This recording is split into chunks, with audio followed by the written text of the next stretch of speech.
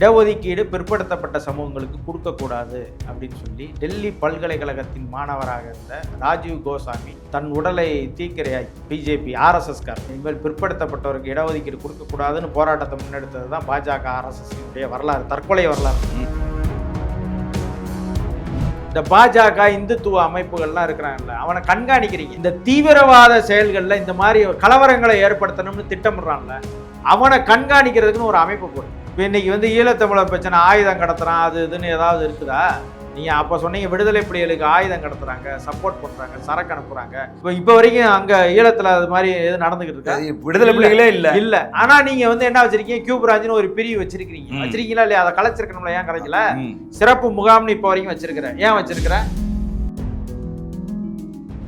அதே போல அண்ணாமலை பேசுறாரு, இந்த விடயம் தொடரும்ன்றாங்க. அங்க பேசுறவங்க எல்லாம் எல்லாரும் சொல்றாங்க இது மாதிரி மரணங்கள் தொடர்ச்சியாக நிகழும்ன்றாங்க. அப்ப நீங்க என்ன நோக்கப்படுறீங்க? அவனை கூட்டிட்டு போய் ஒரு பெட்டிஷன், ஒரு இதை போட்டு அவனை என்கொயரி கூப்பிட்டு என்ன தொடர்ச்சியா மரணம் நிகழும்னு சொல்றேன், என்னன்னு சொல்லிட்டு போப்பான்னு சொன்னேன்னா என்ன செய்வோம்? நீ அயோத்தியா மாத்துவேன்னு சொன்ன என்னன்னு விவரம் சொல்லிட்டு போன்னு சொல்லி சொல்ல வேண்டியதானே? ரவுடிகள், பொறுக்கிகள், யார் வேணா என்ன வேணா செய்யும். ஆமா, என் கட்சிக்கு வா, நான் காப்பாத்துறேன்னு வெளிப்படையாக பேசிய ஒரு போலீஸ் ஆபீசர் அண்ணாமலை. புரியுதா? மாநில முருகன் அவர்கள் பொறுப்புக்கு வந்த போதும் மாநிலம் முழுதும் இருக்கக்கூடிய ரவுடிகள்லாம் பாரதிய ஜனதா கட்சி சேர்த்தாங்க. அவரும் வெளிப்படையா சொன்னார், வாங்க என்ன வேணாலும் செய்யும். சாதியா இருக்கிறவனுக்கு கூட அவனுக்கு என்ன நோக்கத்தை விளைவிக்கிறது இல்லைன்னா, மக்களின் பிரச்சனைகள், மக்களினுடைய இடஒதுக்கீடு, கல்வி, வேலை வாய்ப்புக்கு போராடுவதற்கு ஒரு சாதி சங்கம் வச்சிருந்தா பிரச்சனை கிடையாது. அவங்களோட உரிமையை கேட்டு போராடுவதற்கு, அவங்களுடைய பாதுகாப்புக்கு வச்சிருந்தா பிரச்சனை கிடையாது. ஆனால் ஒரு மதத்தினுடைய அரசியலை கட்டமைக்கிறதுக்கு இந்த சாதி சங்கங்கள் பயன்படுத்துறதுல அது பெரும் ஆபத்தை போய் நோக்கி போகும். அப்போ இது போன்ற அமைப்புகளை, சாதி சங்க அமைப்புகளையும் மத அமைப்புகளையும் தமிழ்நாட்டில் இருக்கிற இளைஞர்கள் புறக்கணிக்கணும்ன்றது தான் நம்மளுடைய கேள்வியாக இருக்குது. அது குறிப்பாக பாஜக இந்த இந்துத்துவ சக்திகளை புறக்கணிக்க வேண்டும்ன்றது தான். தமிழ் ஈழத்திற்காக எத்தனையோ பேர் உயிரை விட்டுருக்கான், தமிழ் மொழிக்காக எத்தனையோ பேர் விட்டுருக்கான். ஒரு ஆர்எஸ்எஸ்காரன் போய் எவனும் போய் பார்த்து நிதி கொடுத்ததில்லை, எதுவும் பேசுனதில்லை, அதை ஆதரிச்சுன்னு செஞ்சதில்லை. விவசாயி வேளாண் திருத்த சட்டம் தமிழ்நாட்டில் இந்தியா முழுமையும் கொண்டு வரப்பட்டுச்சு. அதில் ஆயிரக்கணக்கான விவசாயிகள் செத்து போயிட்டான். அன்னைக்கு நான் ஒரு விவசாயி அப்படின்னு பச்சை துண்டெல்லாம் போட்டுட்டு பேசினார்ல அண்ணாமலை. இத்தனை பேர் செத்து போனாலும் சரி, ஒருபோதும் இந்த சட்டத்தை நாங்கள் பின்வாங்க மாட்டோம்னு பேசினவர் யாருன்னா இந்த அண்ணாமலை, மாநில தலைவராக. சரி, இந்துக்களினுடைய பிரச்சனைகளுக்காக நாங்கள் போராடுறோம். இந்து கோயில்களுக்கு ஏதாவது ஒரு பிரச்சனைனா, நாங்கள் இலங்கையில எத்தனையோ இந்து கோயில்கள் இடிக்கப்பட்டுச்சு.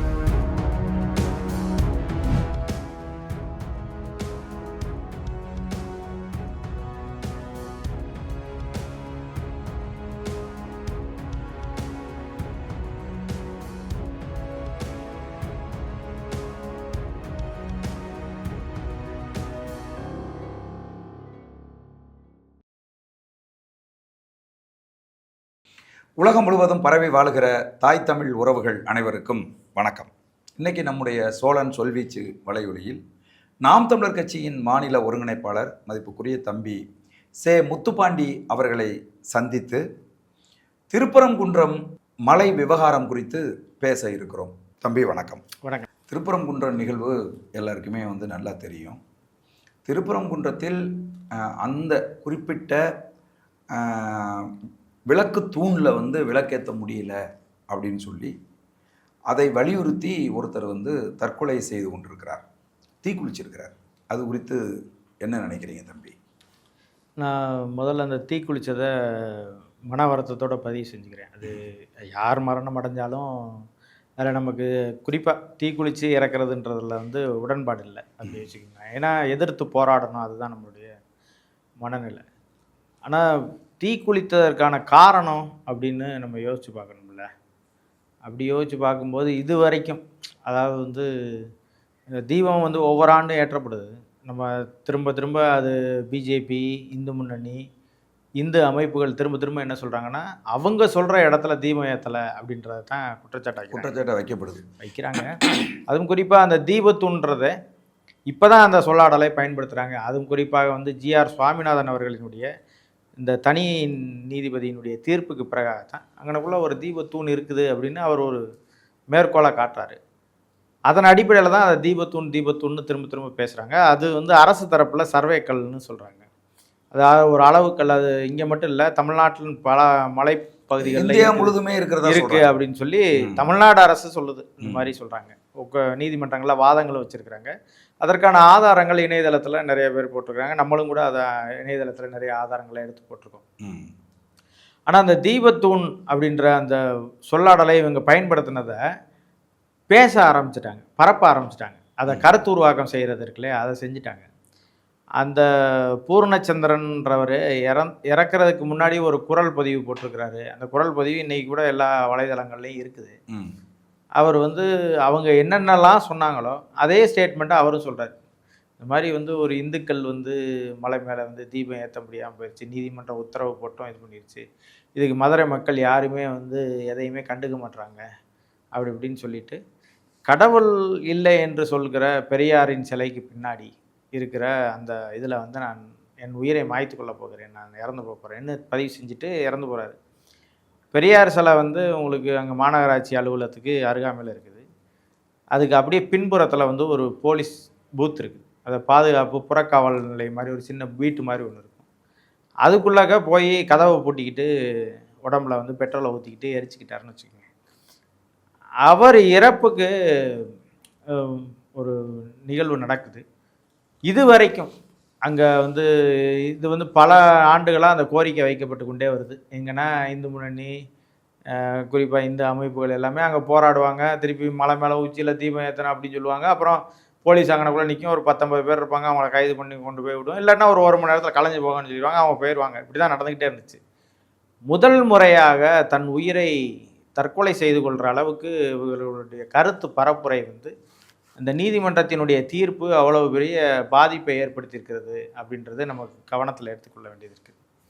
ஏன்னா இந்த நீதிமன்ற தீர்ப்பு அப்படின்னு சொல்லப்போ உங்களுக்கு தெரியும், முதல் முறையாக இந்த தீர்ப்பை வந்து பார்த்தவொடனே அது ஆமாம் அங்கே ஏற்றிக்கலாம், போலீஸ் அனுப்புகிறேன், சிஎஸ்எஃப் அனுப்புகிறேன் அப்படின்னு சொல்லி நான் அவங்க மேலே நீதிமன்ற நடவடிக்கை எடுப்பேன்லாம் அவர் போட்ட அந்த உத்தரவுகள் இருக்குல்ல, அடுக்கடுக்காக போட்ட உத்தரவுகள் இருக்குல்ல, அதை இவர்கள் வந்து தங்களுக்கு சாதகமாக பயன்படுத்திட்டு பேச ஆரம்பிச்சிட்டாங்க. பார்த்தீங்களா, நீதிமன்றமே உத்தரவு போட்டுச்சு, நீதிமன்றத்தை மதிக்காத அரசு, இந்து விரோத அரசு, அது இதுன்னு சொல்லி இவங்க பேச ஆரம்பிச்சிட்டாங்க. அப்போ அது வந்து என்னென்னா, லட்சக்கணக்கான மக்களை பாதிக்கலைனாலும் பூர்ணச்சந்திரன் போன்ற ஒரு நபரை பாதிச்சிருக்குன்றது இருக்குல்ல, அந்த பாதிப்பின் உச்சமாகத்தான் நான் அதை பார்க்குறேன். இது வந்து தற்கொலைக்கு தூண்டியதான் நான் பார்க்குறேன். என்னென்னலாம் யாரும் பின்புலத்திலேருந்து தற்கொலைக்கு தூண்டியிருக்கிறார்களோ, இல்லை தற்கொலைக்கு யாரும் காரணம் இருக்கிறாங்களோன்ற சந்தேகம்லாம் நமக்கு இருக்குது. ஏன்னா இதுக்கு முன்னாடி அப்படி யாருமே செய்யாத போது இப்போ இப்படி ஒருத்தர் வந்து செய்கிறாரு. செஞ்சு முடித்த உடனே மொத்த பாஜகக்காரங்க, இந்து முன்னணிக்காரங்க, இந்த அமைப்புகள்லேருந்து எல்லாருமே போய் அங்கே போய் நின்று இது இந்து விரோத அரசு, பாடியை வாங்கக்கூடாது, அதை வாங்கக்கூடாது, இது பண்ணக்கூடாது, போராட்டம் பண்ண, இவர் வந்து இவருக்கு மணிமண்டபம் கட்டணுன்ற கோரிக்கை அளவுக்கு வந்துட்டாங்கன்னு வச்சுக்கோங்க. மணிமண்டபம் கட்டணும், செலை வைக்கணும். அவர் வந்து ஒரு பெரிய போராளி, தீபத்தில் குன்றத்தில் தீபம் ஏற்றுறதுக்காக போராடின பெரிய போராளி, அவர் உயிரை நீத்துட்டார் அப்படி இப்படிலாம் பேசுகிறாங்க. அதான் அவங்க மனைவியினுடைய புகைப்படத்தை போட்டு கீழே அவங்களோட அக்கௌண்ட் நம்பர்லாம் போட்டு அவங்களுக்கு வந்து இந்துக்கள்லாம் உதவி செய்யணும் அப்படிங்கிற விளம்பரங்கள்லாம் இணையதளங்களில் போட்டுருக்கிறதா செய்தி பார்க்கலாம். அது போக வந்து நீங்கள் பார்த்தீங்கன்னா ஒரு கோயிலில் போய் உங்களுக்கு தெரியும், இப்போ சமீபத்தில் யாரோ ஒருத்தன் கோபினோ ஏதோ ஒரு பேர் வரும், அவன் போய் ஏதோ சிதலடைஞ்சிருக்க கோயில்கிட்டலாம் போய் நின்று வீடியோ எடுத்து போட்டு பார்த்தீங்களா அந்த கோயிலெல்லாம் கட்டின காசு இல்லை, ஏதாவது காசு போடுங்கன்னு சொல்கிற மாதிரி. பாஜகக்காரங்களை பொறுத்தளவுக்கு எதெல்லாம் பணம் பண்ணணும், எதெல்லாம் செய்யணும். இன்னொன்று, பாஜக ஆர்எஸ்எஸ்க்கு வந்து இந்த பிண அரசியலின் மீது ஒரு பெரிய வரலாறு இருக்குது. சரி, அப்படி பார்த்தீங்கன்னா நீங்கள் கோத்ரா ரயில் எரிப்பு சம்பவம் உங்களுக்கு தெரியும். அங்கே உள்ள சாமியார்கள் எல்லாம் வந்து சிலிண்டர் வெடிக்க வச்சு கொண்டுட்டாங்க அப்படின்னு சொல்லி ஒரு பரப்புரை செஞ்சு, சரி, அந்த கோத்ரா ரயில் எரிப்பில் உங்களுக்கு பெரிய ஆயிரக்கணக்கான இஸ்லாமியர்களை கொலை செய்தது பாஜக. அந்த கோத்ரா ரயில் எரிப்பு சம்பவத்துக்கு பிறகாகத்தான் மோடி வந்து அப்படியே வளர்ந்து வந்து இன்றைக்கி பிரதமராக இருக்கிறார் அப்படி வச்சுக்கோங்க. அதே போல் வந்து பாஜகவுக்கு எல்லா மாநிலங்கள்லேயும் பிணத்தை வைத்து அரசியல் செய்கிற அதாவது ஒரு இறந்த பிணத்துக்கு மேலே போய் நின்று பிரச்சனையை உண்டாக்குறது அவர் இந்து அப்படின்ற அடிப்படையில் அதை ஒருங்கிணைக்கிறது. குறிப்பாக வந்து கோவை கலவரம் உங்களுக்கு தெரியும், கோவையில் நடந்த குண்டுவெடிப்பு கலவரங்கள் தொடர்ச்சியாக நடந்த அந்த இது, செல்வராஜ்னு ஒரு போலீஸ்காரரை வந்து இஸ்லாமிய அமைப்புகளை சார்ந்தவங்களுக்கும் அவங்களுக்கு நடந்த வாக்குவாதத்தில் நடந்த ஒரு மர்டர். அதில் செல்வராஜுக்கு இந்துவே கிடையாது, அவர் முதல்ல அவர் ஒரு கிறித்தவர். ஆனால் இருந்தாலும் அவர் ஒரு போலீஸ்காரரை கொலை பண்ணிட்டாங்க முஸ்லீம்னு சொல்லி அதை வச்சு பலாயிரம் கோடி ரூபாய் சொத்துக்கள் சூறையாடப்பட்டுச்சு. பல பேரை வந்து கொலை செஞ்சாங்க. பெரிய கலவரம் கோயம்புத்தூர் முழுவதும் நடந்துச்சு பார்த்தோம். இந்து முன்னணியை சார்ந்த சசிகுமார்னு ஒருத்தர் இறந்து போயிட்டாருன்னா அவரை தூக்கிட்டு ஊர்வலம் போகிறோம்னு சொல்லி ஊர்வலம் கொண்டு போகிறப்ப பிரியாணி ஏண்டாவெல்லாம் களவாண்ட இதெல்லாம் நம்ம பார்த்தோம். அது போக கடைகள் எல்லாம் அடிச்சு நொறுக்குனது இதெல்லாம் பார்த்தோம். இப்படி நீங்கள் ஒரு ஒரு பிணம் இறந்து போனதுக்கு பிறகு அந்த பிணத்துக்கு ஏதாவது ஒரு பேர் வச்சு இந்த காரணத்துக்காக இறந்து போயிட்டாருன்னு சொல்லி என்ன செஞ்சு பிரச்சனை பண்ணலாம் அப்படின்னு அவங்க திட்டமிடுறது வந்து தொடர்ச்சியாக செய்து கொண்டே இருக்கிறாங்க. சரி, தற்கொலைக்கு வருவோம். பிணம் இறந்ததுக்கு பிறகு இல்லை படுகொலைக்கு பிறகு நடக்கிற அந்த பிண அரசியல்னு வச்சு தற்கொலை செய்து கொள்வதற்கு முயற்சி இது வரைக்கும் பாஜகவோ ஆர்எஸ்எஸோ சங்க பரிவார இயக்கங்களில் யாராவது செஞ்சுருக்காங்க அப்படின்னு பார்த்தீங்கன்னா நம்ம வரலாற்று நெடுகளும் பார்க்குறப்ப செஞ்சிருக்க மாட்டாங்க, செய்யலை. ஒரே ஒரு தடவை செஞ்சாங்க. எப்போ செஞ்சாங்கன்னு பார்த்தீங்கன்னா மண்டல் கமிஷன் அறிக்கையை வந்து நடைமுறைப்படுத்தணும்னு விபி சிங் வந்து முயற்சி செஞ்சார் 1990களில். அந்த 90 காலகட்டத்தில் ராஜீவ் கோஸ்வாமின்னு சொல்லி ஒரு பார்ப்பனர் இடஒதுக்கீடு பிற்படுத்தப்பட்ட சமூகங்களுக்கு கொடுக்கக்கூடாது அப்படின்னு சொல்லி டெல்லி பல்கலைக்கழகத்தின் மாணவராக இருந்த ராஜீவ் கோஸ்வாமி தன் உடலை தீக்கிரையாக்கி கொண்டு இந்த போராட்டத்தை முன்னகர்த்தினார். பிஜேபி ஆர்எஸ்எஸ்காரர் நகர்த்தும் போது அந்த பிரச்சனையை வச்சு இவர் வந்து ஒரு பெரிய போராட்டத்தை முன்னெடுத்துட்டாரு. இந்த இதை வச்சு நம்ம இனிமேல் பிற்படுத்தப்பட்டவருக்கு இடஒதுக்கீடு கொடுக்கக்கூடாதுன்னு போராட்டத்தை முன்னெடுத்தது தான் பாஜக ஆர்எஸ்எஸ்னுடைய வரலாறு, தற்கொலை வரலாறு முதல் முறையாக செஞ்சது. அப்போ அந்த நபர் கொஞ்சம் நாள் உயிரோடு இருந்து அப்புறம் இறந்து போயிட்டாருன்னு வச்சுக்கோங்க. கொஞ்சம் உயிரோடு இருந்துட்டு உடனே இறந்து போயிட்டார். அந்த இறந்து போன அவருடைய அப்பா அம்மாலாம் இருக்காங்கல்ல, அவங்கெல்லாம் வெளிநாட்டுக்கு போயிட்டாங்க. வெளிநாட்டுக்கு போன அவங்க அப்பா அம்மாலாம் திரும்ப வந்து 2005லயோ 2006லயோ ஒரு பேட்டி கொடுக்குறாங்க. பேட்டி கொடுக்கும்போது என்ன சொல்லி பேட்டி கொடுக்குறாங்கன்னா, என் மகன் வந்து எல்லாரும் சமமாக இருக்கணும்ன்றக்காக போராடினான். ஏன்னா இங்கே இடஒதுக்கீடு வந்துருச்சு. அவன் என்ன சொல்கிறான்னா, எல்லாரும் சமமாக இருக்கணும், சமமாக எல்லாத்தையும் அனுபவிக்கணும்ன்றக்காக என் மகன் போராடி தன் உயிரை நீத்துக்கிட்டான். அதனால் நான் வந்து என் மகனுடைய மரணம் வந்து இதாக இருக்குது அப்படின்னு சொல்லி சொன்னாங்க. இந்த இடபிள்யூ அதாவது வந்து உங்களுக்கு தெரியும் 10% முற்பட்ட வகுப்பினருக்கு 10% இடஒதுக்கீட்டை இந்த அரசு அறிவித்த உடனே இப்போ தான் என் மகனுடைய ஆன்மா சாந்தி அடைச்சின்னு சொன்னாங்க அவங்க அப்பா அம்மா. அப்போ அவங்க ஆர்எஸ்எஸும் பாஜகவும் எதற்காக தற்கொலை செஞ்சுக்கிறதுக்கு தற்கொலை செஞ்சுக்கிட்டாங்க அப்படின்ற வரலாறுன்னு பார்த்தீங்கன்னா இதுக்காக தான். வேறு எதுக்காகவும் அவங்க தற்கொலை செஞ்சதே கிடையாது. முதல் முறையாக வந்து ஒரு தம்பி தற்கொலை செஞ்சுருக்கிறான். அவன் பாஜகவும் கிடையாது, ஆர்எஸ்எஸும் கிடையாது. ஆனால் அவன் ஏதோ ஒரு வகையில் யாரோ உணர்ச்சி வசப்படுத்தினாலோ இல்லை ஏதோ வாட்ஸ்அப் செய்தியை பார்த்தானோ இல்லை கேட்டதையோ பார்த்ததையோ இல்லை யாரும் பேசினதையோ உள்வாங்கி கொண்டு அவன் செஞ்சுக்கிட்டாங்கன்றது தெரியல. ஆனால் இதை மக்கள் யாரும் கண்டுக்கல, நிராகரிச்சுட்டு போயிட்டாங்க. பாஜக தரப்பிலிருந்து பேசுகிறவர்கள் என்ன சொல்கிறாங்கன்னா, பூர்ணச்சந்திரனுடைய அந்த தீக்குளிப்புக்கு அரசு பொறுப்பேற்கணும், அரசு தான் வந்து நீதிமன்ற உத்தரவை நிறைவேற்றலை, அதனால தான் அவர் வந்து இறந்து போயிட்டார் அப்படின்னு சொல்கிறாங்க. ஆனால் சில ஊடகங்கள் பொது தளங்களில் இயங்குகிற முற்போக்காளர்கள்லாம் என்ன சொல்கிறாங்கன்னா, இப்படி ஒருத்தர் அநியாயமாக இறந்து போனதுக்கு தேவையில்லாத பிரச்சனையை உருவாக்குன ஆர்எஸ்எஸ் பிஜேபி தான் வந்து இதை பொறுப்பேற்கணும் அப்படின்னு சொல்கிறாங்க. இதை எப்படி பார்க்குறீங்க? இல்லை, நான் இதை வந்து எப்படி பார்க்குறேன்னா, பாஜக வந்து பொறுப்பேற்கணும்னு சொல்லிச்சுன்னா இந்த வேளாண் திருத்த சட்டத்துக்கு இறந்து போனாங்கல்ல, அந்த விவசாயிகளின் மரணத்துக்கு பாஜக பொறுப்பேற்குமா? இந்திய அரசு பொறுப்பேற்குமா? நீட்டு மரணங்களுக்கு இறந்து போகிறாங்கல்ல தொடர்ச்சியாக, அதுக்கு இந்திய அரசு பொறுப்பேற்குமா? இலங்கையில் வந்து 800 மீனவர்கள் சுடப்பட்டு சாகுறாங்களே, அதற்கு இந்திய அரசு பொறுப்பேற்குமா? இப்படி அடுக்கடுக்கான கேள்விகள் பல இருக்குது. அதாவது மக்கள் செத்து போகிறான்ல, மக்கள் நீ கொண்டு வர நாசகர திட்டங்களுக்கு செத்து போகிறான், உன்னுடைய கவனக்குறைவால் செத்து போகிறான். பணம் மதிப்பீட்டு இது நடந்த போது பல பேர் செத்து போயிட்டான். அதுக்கெல்லாம் வந்து யார் பொறுப்பேற்கிறது? பாஜக பொறுப்பேற்குமா? மோடி பொறுப்பேற்பாரா? ஆளுங்கட்சியான இருக்கிற மத்திய அரசு பொறுப்பேற்குமானா ஏற்குமா? அது அப்படி கிடையாது, ஏற்காதுல. அதெல்லாம் ஏற்றுட்டு நீங்க வந்து மாநில அரசை குற்றம் சொல்லுங்க, மாநில அரசு பொறுப்பேற்கணும்னு சொன்னா நாங்கெல்லாம் இதை ஏற்றிருக்கோம்ல, அப்ப ஏன் இதை ஏற்க மறுக்குது மாநில அரசு? ஒத்துக்கிற சொல்லுங்கன்னு சொல்லுங்க, நம்ம ஒத்துக்கிற சொல்லுவோம். அப்ப நீங்க சொன்னது சரிதான்ப்பா, மத்திய அரசு இதுக்கெல்லாம் ஒத்துக்கிடுச்சு, அதுக்கெல்லாம் இப்போ அந்த சாவுக்கெல்லாம் அது பொறுப்பேற்றுக்கிடுச்சு, ஏன் நீ மாநில அரசு ஏன் பொறுப்பேற்க மாட்டேற அப்படின்னு நம்ம சொல்லலாம். ஊடகங்கள் சொல்றது போல ஊடகங்கள் சொல்றதுல ஒரு கவனம் இருக்குது. நான் வந்து அதான் ஏற்கனவே நம்ம ஒரு பேட்டியில் நான் உங்களுக்கு சொல்லியிருக்கிறேன். ரீக்ளைம் டெம்பிள்னு சொல்லி ஒரு அசோசியேஷன் வந்து உருவாக்கி வச்சிருக்கிறாங்க. சரி. அந்த அசோசியேஷன் ஆர்எஸ்எஸோட அமைப்பு. அந்த அமைப்பு வந்து 175 மசூதிகளை தமிழ்நாட்டில் இடிக்கிறதுக்கு திட்டமிட்டிருக்கிறாங்கன்னு நான் வெளிப்படையா சொன்னேன். ஆமா ஆமா. இப்ப நீங்க தமிழ்நாட்டில் வந்து தமிழர்னு நீங்க பேசுனீங்கன்னு வச்சுக்கோங்களேன், ஈழத்தமிழர்களுக்கு ஆதரவாக நீங்க பேசுனீங்கன்னா உங்களை பின்தொடர்வதற்கு கியூ பிரான்ச்னு ஒரு பிரிவு இருக்கு. ஓகே. நீங்க இஸ்லாமியர்கள் அடிப்படைவாதம் பேசுறவங்க, இஸ்லாமிய அமைப்புகளோடு தொடர்பில் இருக்கிறவங்களை எல்லாம் கண்காணிக்கிறதுக்கு SIU SIT அப்படின்னு பல அமைப்புகள் இருக்கு. அரசு தரப்பு அமைப்புகள் இருக்கு.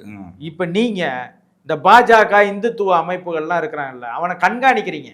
இந்த தீவிரவாத செயல்கள்ல இந்த மாதிரி கலவரங்களை ஏற்படுத்தணும்னு திட்டமிடுறான்ல, அவனை கண்காணிக்கிறதுக்குன்னு ஒரு அமைப்பு போடு. இப்போ இன்னைக்கு வந்து ஈழத்தமிழர் பிரச்சனை, ஆயுதம் கடத்துறான் அது இதுன்னு ஏதாவது இருக்குதா?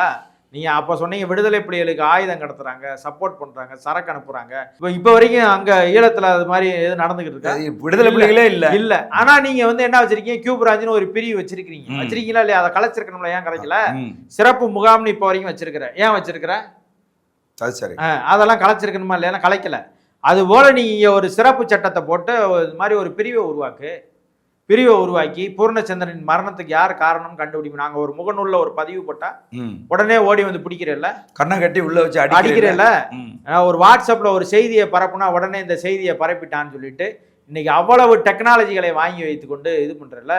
நாங்க வந்து இங்க 2008-9 காலகட்டங்கள்ல ரத்த பொட்டலங்களை அனுப்பும்போது அன்னைக்கு இருந்த ஜாவர் சேட் வாங்கிட்டு வந்து முக்கியமான கருவிகளை எல்லாம் வாங்கிட்டு வந்து எவன் வேணாம் வந்து ரத்த பட்டலத்தை அனுப்புறான், எவன் வேணாம் அலைபேசியில் பேசுறான், எல்லாத்தையும் ஒட்டு கேட்டு ஒருத்தனையும் பிடிச்சி அடிச்சு ரத்த பட்டலங்களை கீழே போட்டு மிதிச்சுல இந்த அரசு, திமுக அரசு. ஏன் இதை வந்து ஏன் செய்ய மறுக்குது? இவங்களெல்லாம் ஏன் வந்து பிடிக்க மாட்டுது? இவங்களெல்லாம் ஏன் பிடிச்சி சிறையில் அடைக்க? இத்தனை மசூதிகளை இடிக்கிறோன்னு திட்டம் போடுறவங்க எல்லாம் ஏன் கைது செய்யல? ஏன் இத்தனை அந்த மசூதிகளுக்கெல்லாம் இப்போ வரைக்கும் இதுக்காக எவனா போராட்டம் நடத்தினா எவனா பண்ணேன்னா ஒரு சிறப்பு சட்டத்தை போடணுமா இல்லையா? தமிழ்நாட்டில் இந்தந்த மசூதிகள் சம்பந்தமாக ஏற்கனவே வந்து 1991 வந்து ஏற்கனவே வந்து இந்த ஆலய பாதுகாப்புல ஒரு சட்டம் இருக்குது, மத வழிபாட்டு சட்டங்கள் இருக்குது. அந்தந்த மத வழிபாட்டு இடங்கள் இருக்குல்ல, விடுதலைக்கு பின்பாக 1947 ஆகஸ்ட் 15க்கு பிறகு எப்படி இருக்குதோ அதே போலவே இருக்கணும், அதை யாரும் டிஸ்டர்ப் பண்ணக்கூடாதுன்னு ஒரு சட்டம் கொண்டு வந்திருக்கான் மத்திய அரசு. அதை இங்க மேற்கோள் காட்டி இதுக்காக எவனாவது போராடினானோ, இதுக்கு போஸ்ட் அடிச்சானோ, வழக்கு போட்டானா, பெட்டிஷன் கொடுத்தானா, அவனை தேசிய பாதுகாப்பு சட்டத்துல கைது செஞ்சு சிறைப்படுத்துறோம்னு ஒரு சிறப்பு சட்டத்தை போட்டு இவங்க எல்லாம் சிறைப்படுத்துறதுக்கு உங்களுக்கு எவ்வளவு நேரம் ஆகும்? அது சரி. உனக்கு நோக்கம் இல்ல.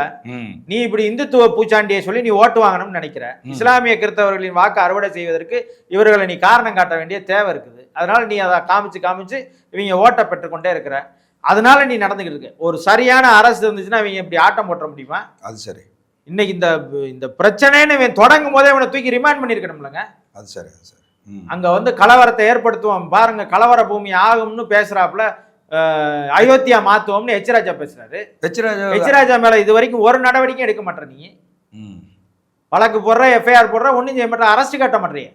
ஏன் பயப்படுறேன்னு கேட்கறேன். எச்ராஜா என்ன கொம்பாதி கொம்பரா? அவர் போய் ஒரு வாரம் ஜெயிலில் இருந்தாலே சுகர் வந்து ரொம்ப டேமேஜ் ஆயிடுவாப்புல ஆளு, அப்படி இருக்கிறாப்புல ஆளு. அவரை பார்த்து நீ ஏன் பயப்படுறன்னு கேட்கறேன். இல்ல, நீங்க கந்தர்மலை கதாநாயகனை இப்படி குறைவா பேசுறத ஏற்க முடியல.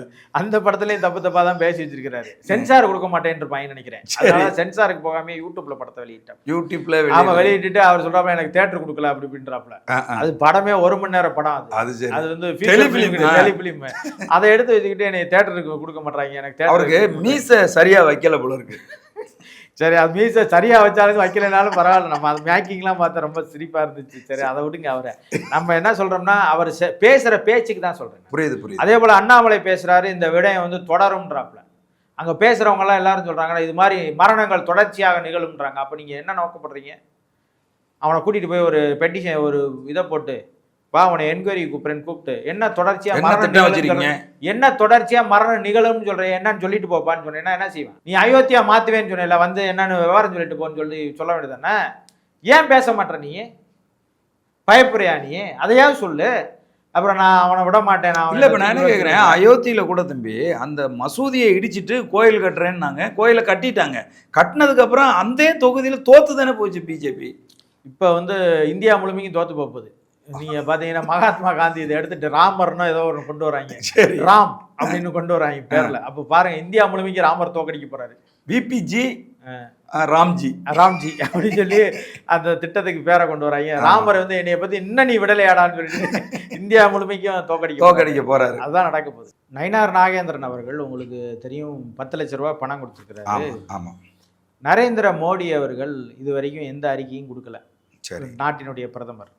உள்துறை அமைச்சர் வந்து பாராளுமன்றத்துல பொங்கி எழுந்தார். ஆமா. ஒரு தீபம் ஏத்துறதுக்கு கூட இந்த நாட்டுல உரிமை இல்லையா இந்துக்களுக்கு, அப்படி இப்படிலாம் டென்ஷனான. ஆமா. இந்து விரோத அரசு தமிழ்நாட்டில் நடந்து கொண்டு இருக்கிறது. ஒரு நீதிபதி மேல வந்து இங்க வழக்கு தொடுக்கிறாங்க. ஆமா, நீதிபதியை வந்து திரும்ப பெறணும்ன்ற வழக்கை நீக்கணும், பதவியிலிருந்து நீக்கம் செய்யணும்னு சொல்லி ஒரு வழக்கை இம்ப்ளீச்மெண்ட் நோட்டீஸை கொடுக்குறாங்க அப்படின்னு சொல்லி டென்ஷன் ஆனார். இன்னொரு மத்திய அமைச்சர் பார்த்தீங்கன்னா, ஒரு மாநிலமே இந்துத்துவத்துக்கு எதிராக இருக்குது, சனாதனத்துக்கு எதிரான மாநிலமாக இது இருக்கிறது அப்படின்னு கொந்தளிச்சாரு. இப்படி இருக்கிற யாருமே வந்து பூர்ணச்சந்திரனுடைய மரணத்துக்கு வருத்தம் தெரிவிக்கல. மோகன் பகவத். ஆமாம், மோகன் பகவத் வேற திருச்சியில் வந்து பேசிட்டு இருக்கும்போது அப்போ வந்து கேட்குறாங்க, அதெல்லாம் முடியாது, தீபம் ஏற்றுவோம், நாங்கள் ஏற்றியே தீருவோம்னு பேசினார். அவரும் ஒரு அறிக்கையும் போடல, ஒரு கொந்தளிப்பும் இல்லாமல் இருக்குது. அப்போ நம்ம இதை பொறுத்தளவுக்கு என்னன்னா, அரசியல் நடவடிக்கைக்காக அதை பயன்படுத்தணும் முயற்சி செய்து பாஜகவும் இந்து அமைப்புகளும். ஆனால் அந்த குடும்பத்தினர் வந்து இங்கே யாரும் அரசியல் செய்யாதீங்க, தயவுசெய்து இந்த இடத்த காலி பண்ணி போங்க அப்படின்னு சொல்லி சொல்கிறாங்க. அந்த இறந்து போன அந்த வீட்டில் உள்ளவங்களே பிணவரையில் வச்சு உள்ளே வந்து உடற்குறாய்வுக்கு வச்சுருக்கிறாங்க. பிணவரையிலேருந்து உடற்குறாய்வுக்கு அங்கே பிணவரை பகுதியில் போய் உட்காந்துக்கிட்டு ஒரு தரப்பினர் வந்து வாயில் கருப்பு துணியை கட்டிட்டு நான் மௌன போராட்டம் நடத்துகிறேன்னு ஒரு பக்கம், இன்னொரு பக்கம் வந்து அர்ஜுன் சம்பத்தும் முருகன்ஜியும் ஒரு அங்கேயே உட்காந்து முழக்கம் போட்டு போராட்டம் நடத்தியதாகவும், ஆமாம், அவங்க குடும்பத்தினர் வந்து அதெல்லாம் ஒன்றும் வேணாம், எந்திரிச்சு போங்கய்யா, எந்திரிச்சு போங்க, தயவுசெய்து அரசியல்லாம் பண்ணாதீங்க, இதில் ஒன்றும் கிளம்புங்கன்னு சொல்லி விரட்டி விடுறதாங்க. இப்போ வந்து அவங்கெல்லாம் வந்து அதுலேயே இன்னும் கொந்தளிக்கிறாங்க. நாட்டில் வந்து ஒரு இந்துக்கு வந்து ஒரு இதே இல்லையான்னு சொல்லி. அப்போ நீங்கள் மக்கள் கண்டுக்க மாட்டான், செத்து போனவங்க வீட்டில் உள்ளவங்க கூட நம்மளை கண்டுக்க மாட்டாங்க. 10 லட்ச ரூபா நம்ம நிதியெல்லாம் போய் கொடுக்குறோம், அதையும் கண்டுக்க மாட்டாங்க. அந்த குடும்பமே பாரம்பரியமா திமுக குடும்பமா தம்பி? திமுக குடும்பமா இருந்தாலும் கூட எந்த அரசியல் நடவடிக்கையிலும் அவங்க பெரிய பொறுப்புல இருப்புல எல்லாம் இருக்கிறாங்களா இல்ல. திமுக வந்து இதா இருப்பாங்க, ஆதரவாளராக இருந்திருப்பாங்க, ஆதரவாளராக இருந்திருப்பாங்க. ஒன்றும் பெரிய பொறுப்புகள்ல இருக்கிற ஆட்கள்லாம் கிடையாது. அவங்க அண்ணனே சொல்றாப்புல, யாருமே பண்ணாதீங்க, திமுக காரங்களும் வராதிங்க, யாரும் வராதிங்க, தயவு செய்து பிஜேபி வர யாரும், அவன் செத்து போயிட்டான், ஏதோ ஒன்று நடந்துச்சு, அவன் அப்படியான ஆள்லாம் கிடையாது, நீங்க ஏன் அதை வந்து ஒரு பெரிய அரசியல் பண்ணிக்கிட்டீங்க, விடுங்கன்னு சொல்லிடுறாங்க. இப்போ என்னடானா, செத்து போனவே வீட்லேயும் நம்மளை அரசியல் பண்ண விட மாட்டேறான் அப்படின்ற ஒரு மனவேதனை இருக்குல்ல, அது ரொம்ப உச்சமா இருக்கு. நம்ம வந்து இவங்களுக்கு எப்படி இறந்து போனவங்க குடும்பத்துக்கு நம்ம ஆழ்ந்த இரங்கலை சொல்றோமோ, அது போல வந்து பாஜகவுக்கு நம்ம ஆழ்ந்த இரங்கலை சொல்ல வேண்டிய சூழ்நிலை இருக்குது. ஏன்னா எவ்வளவோ மாரி செஞ்சு பார்க்குறாங்க, மதுரைக்காரங்க சுத்தமாக ஒன்றத்தையுமே கேட்க மாட்டாங்க, நம்ம சொல்கிறதுக்கு எதுக்குமே கட்டுப்பட மாட்டாங்க, எதுக்குமே வர மாட்டாங்கன்ற அந்த உளவியல் இருக்குல்ல, அவர்களை சனாதனவாதிகளாக மாற்றவே முடியலையேன்ற அந்த வருத்தம் இருக்குல்ல, கூடுதலாக இருக்குது. ஆனால் இது நம்ம ஒரு புறம் நினச்சிக்கிட்டு இருந்தாலும் கூட, லட்சத்தில் ஒருவன், அதாவது ஒரு லிட்டர் பாலில் ஒரு துளி விஷம் விழுந்தாலும் விஷம் தானே, அப்படி தானே நான் பார்க்கணும். அப்படி பாஜக என்கின்ற அந்த கொடிய விஷம் இருக்குல்ல, அந்த விஷம் வந்து கொஞ்சம் கொஞ்சமாக தூவிக்கிட்டே வரான், ஒவ்வொரு இடத்துலையா தூவிக்கிட்டே வர்றான். கரப்டட் ஃபெலோஸ்லாம் யார் யார் அவனை பூரா கட்சிக்குள்ளே சேர்க்கறது. உங்களுக்கு தெரியும், அண்ணாமலை இருக்கும்போது ரவுடிகள் பொறுக்கிகள் யார் வேணா என்ன வேணாலும் செய்யும், ஆமாம், என் கட்சிக்கு நான் காப்பாத்துறேன்னு வெளிப்படையாக பேசிய ஒரு போலீஸ் ஆஃபீஸரு அண்ணாமலை, புரியுதா உங்களுக்கு? அவர் மாநில முருகன் அவர்கள் கட்சிக்கு பொறுப்புக்கு வந்த போதும் மாநிலம் முழுதும் இருக்கக்கூடிய ரவுடிகள்லாம் பாரதிய ஜனதா கட்சி சேர்த்தாங்க. அவரும் வெளிப்படையாக சொன்னார், வாங்க என்ன வேணாலும் செய்யுங்க பார்த்துக்கலாம் அப்படின்னு சொல்லி சொன்னார். அப்படியான அதாவது பொது சமூகத்தால் புறக்கணிக்கப்பட்ட, அதுவும் குறிப்பாக வந்து நிராகரிக்கப்பட்ட ஆட்கள்லாம் பாஜகவில் வந்து இருங்க, உங்களுக்கு நாங்கள் அடைக்கலம் தர்றோம். திருடுனவன், கொள்ளையடித்தவன், அடுத்தவன் பணத்தை சீட்டிங் பண்ணவன், இவங்க எல்லாருமே வந்து பாஜகவை நோக்கி தான் வந்தாங்க.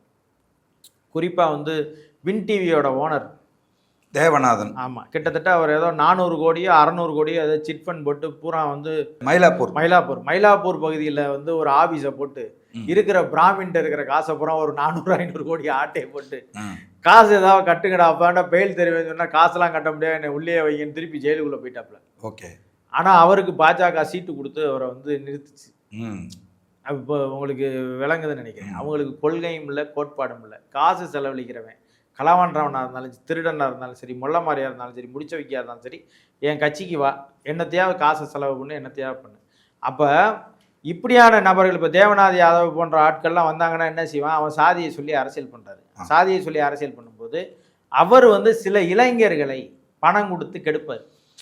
தன்னை நிலைநிறுத்திக்கணும், தன்னை தலைவனாக ஒருத்தன் காட்டணும்னு நினைக்கிறான்னா அவன் என்ன நினைப்பான், அந்த சமூகத்தின் இளைஞர்கள்ட்ட போய் நின்றுக்கிட்டு சாதியின் போர்வையிலையோ மதத்தின் போர்வையிலையோ நின்றுக்கிட்டு அவங்களுக்கு கொஞ்சம் காசை விட்டெறிஞ்சு அந்த இளைஞர்களை வந்து கரப்ட் பண்ணுவான்ல. நிச்சயமா அந்த கரப்ட் பண்ணுற வேலையை தான் இப்போ திரும்ப திரும்ப தொடர்ச்சியாக பாஜக செஞ்சுருக்காங்க. சாதி ரீதியாக அமைப்பு நடத்துகிறவனுக்கும் அந்த வேலையை செய்யுது, மத ரீதியாக வந்து வேலை செய்கிறவனையும் அது மாதிரி வச்சுக்கிது. சாதியாக இருந்து கொண்டு மதத்தை கட்டமைக்கணும்னு நினைக்கி சாதி அமைப்புகளை எல்லாம் தன் பலத்தை சேர்த்து வச்சுக்கொண்டு அதையெல்லாம் வந்து இங்கே வந்து வேலை செய்வதற்கான திட்டத்தை செய்யுது.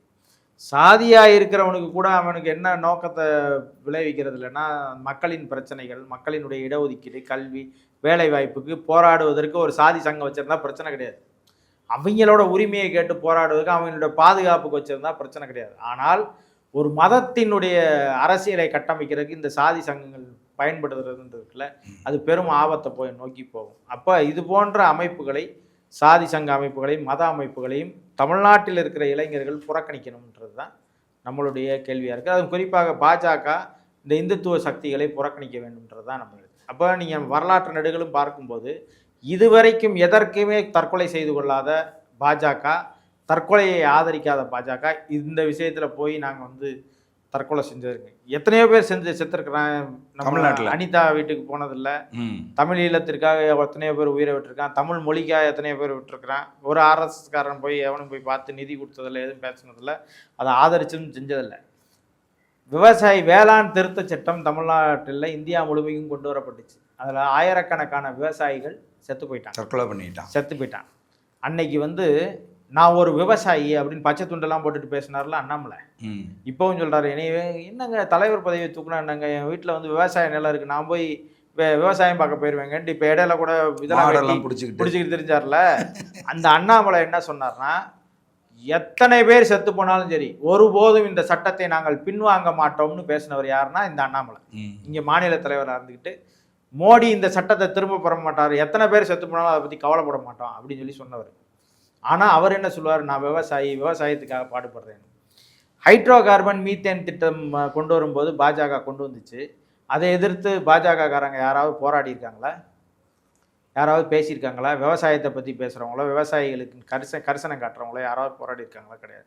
சரி, இந்துக்களினுடைய பிரச்சனைகளுக்காக நாங்கள் போராடுறோம், இந்து கோயில்களுக்கு ஏதாவது ஒரு பிரச்சனைனா நாங்கள் தீபம் ஏற்றுறதுனால நாங்கள் விட மாட்டோம், அதெல்லாம் இல்லை, அதுக்காக நான் அது வரைக்கும் போகிறேன்னு.